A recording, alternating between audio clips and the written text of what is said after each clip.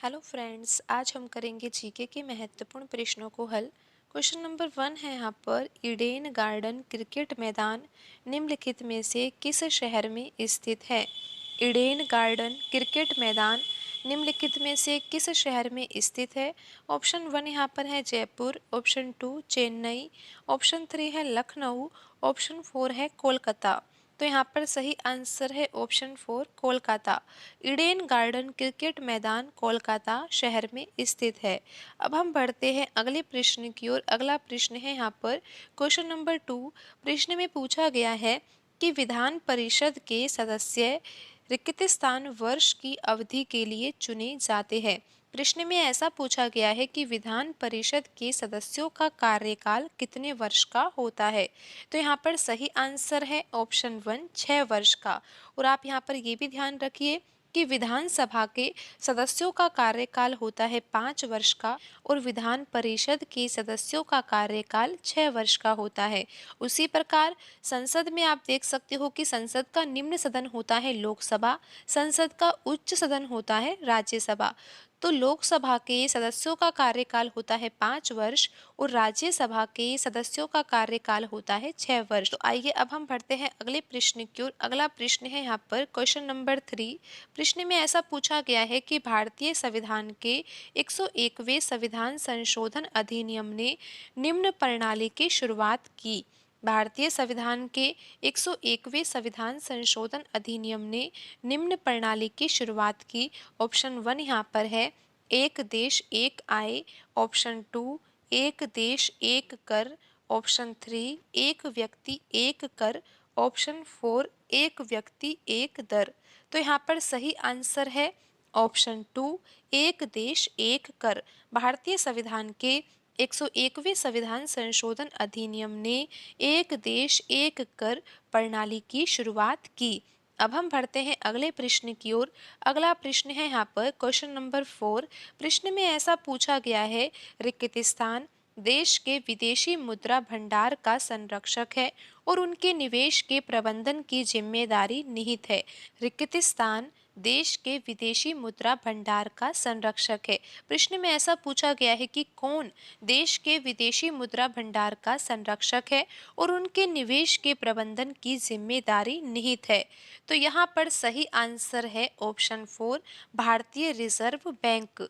RBI देश के विदेशी मुद्रा भंडार का संरक्षक है और उनके निवेश के प्रबंधन की जिम्मेदारी निहित है।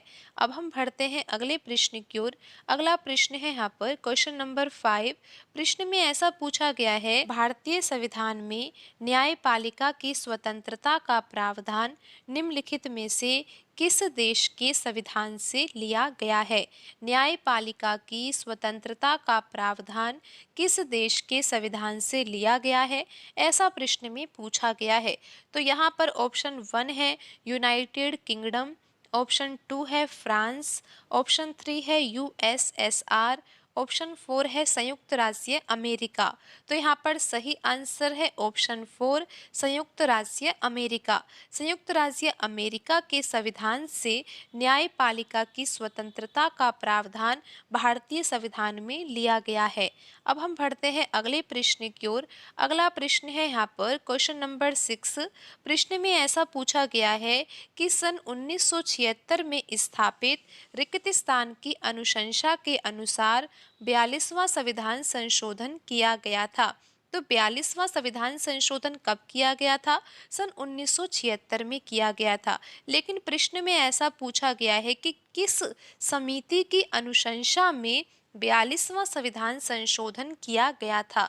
1976 में स्थापित कौन सी समिति जिसकी अनुशंसा के अनुसार 42वां संविधान संशोधन किया गया था, ऐसा प्रश्न में पूछा गया है। तो यहाँ पर ऑप्शन 1 है अभिजीत सेन समिति, ऑप्शन 2 आबिद हुसैन समिति, ऑप्शन 3 यहाँ पर है अजीत कुमार समिति, ऑप्शन 4 स्वर्ण सिंह समिति।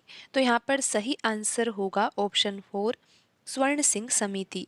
स्वर्ण सिंह समिति की अनुशंसा के अनुसार 42वां संविधान संशोधन किया गया था सन 1976 में। ऑप्शन 4 यहाँ पर सही आंसर होगा। अब हम बढ़ते हैं अगले प्रश्न की ओर। अगला प्रश्न है यहाँ पर क्वेश्चन नंबर 7। प्रश्न में ऐसा पूछा गया है कि भारतीय लेखा परीक्षा और लेखा विभाग का प्रशासनिक प्रमुख कौन होता है। भारतीय लेखा परीक्षा और लेखा विभाग का प्रशासनिक प्रमुख कौन होता है। ऑप्शन 1 यहाँ पर है महानिदेशक, ऑप्शन 2 नियंत्रक एवं महालेखा परीक्षक, ऑप्शन 3 महालेखाकार, ऑप्शन 4 यहाँ पर है प्रधान महालेखाकार। तो यहाँ पर सही आंसर है ऑप्शन 2 नियंत्रक एवं महालेखा परीक्षक। भारतीय लेखा परीक्षा और लेखा विभाग का प्रशासनिक प्रमुख कौन होता है। नियंत्रक एवं महालेखा परीक्षक। अब हम बढ़ते हैं अगले प्रश्न की ओर।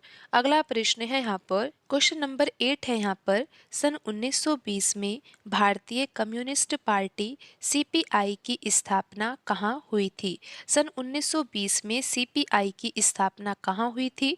ऑप्शन 1 यहाँ पर है नमनगन, ऑप्शन 2 ताशकंद, ऑप्शन 3 बुखारा, ऑप्शन 4 अंदीजन। तो यहाँ पर सही आंसर होगा ऑप्शन 2 ताशकंद। ताशकंद में 1920 में भारतीय कम्युनिस्ट पार्टी सीपीआई की स्थापना हुई थी। अब हम बढ़ते हैं अगले प्रश्न की ओर। अगला प्रश्न है यहाँ पर क्वेश्चन नंबर 9। टाइगर लीजन या फ्री इंडिया लीजन के संस्थापक कौन थे। ऑप्शन 1 यहाँ पर है लाला Hardayal, option 2 Subhash Chandra Bose, option 3 Sohan Singh Bhakna, option 4 Vinayak Damodar Savarkar. तो यहाँ पर सही आंसर है option 2 Subhash Chandra Bose. Tiger legion या फ्री इंडिया लीजन के संस्थापक सुभाष चंद्र बोस थे। अब हम बढ़ते हैं अगले प्रश्न की ओर। अगला प्रश्न है यहाँ पर क्वेश्चन नंबर 10। निम्नलिखित में से किस वैज्ञानिक को भारत में हरित क्रांति के जनक के रूप में जाना जाता है। निम्नलिखित में से किस वैज्ञानिक को भारत में हरित क्रांति के जनक के रूप में जाना जाता है। तो यहाँ पर ऑप्शन 1 है सलीम अली, ऑप्शन 2 है PC Mahalanobis, option 3 MS Swaminathan, option 4 Meghnath Saha. तो यहाँ पर सही आंसर है option 3 MS Swaminathan. MS Swaminathan ji को भारत में हरित क्रांति का जनक कहा जाता है। आपको ये भी पता होना चाहिए कि विश्व में हरित क्रांति का जनक किन्हें कहा जाता है। नॉर्मन बोरलॉग को विश्व में हरित क्रांति का जनक कहा जाता है। पहले ऑप्शन में लिखा हुआ है सलीम अली। सलीम अली कौन थे। सलीम अली पक्षी विज्ञानी थे और इन्हें भारत का बर्डमैन भी कहा जाता है। सलीम अली को भारत का बर्डमैन भी कहा जाता है क्योंकि ये पक्षी विज्ञानी थे। ऑप्शन 2 में लिखा हुआ है पीसी महालनोबिस। इनका संबंध सांख्यिकी क्षेत्र से था और इनको भारत का सांख्यिकी का जनक भी कहा जाता है। और ऑप्शन 3 में लिखा हुआ है एमएस स्वामीनाथन। इनके बारे में आपको पता है, इनको भारत में हरित क्रांति का जनक कहा जाता है। ऑप्शन 4 में लिखा हुआ है मेघनाथ साहा, ये एक खगोल विज्ञानी थे। तो आज की वीडियो में इतना ही, मिलते हैं अगली वीडियो में। धन्यवाद।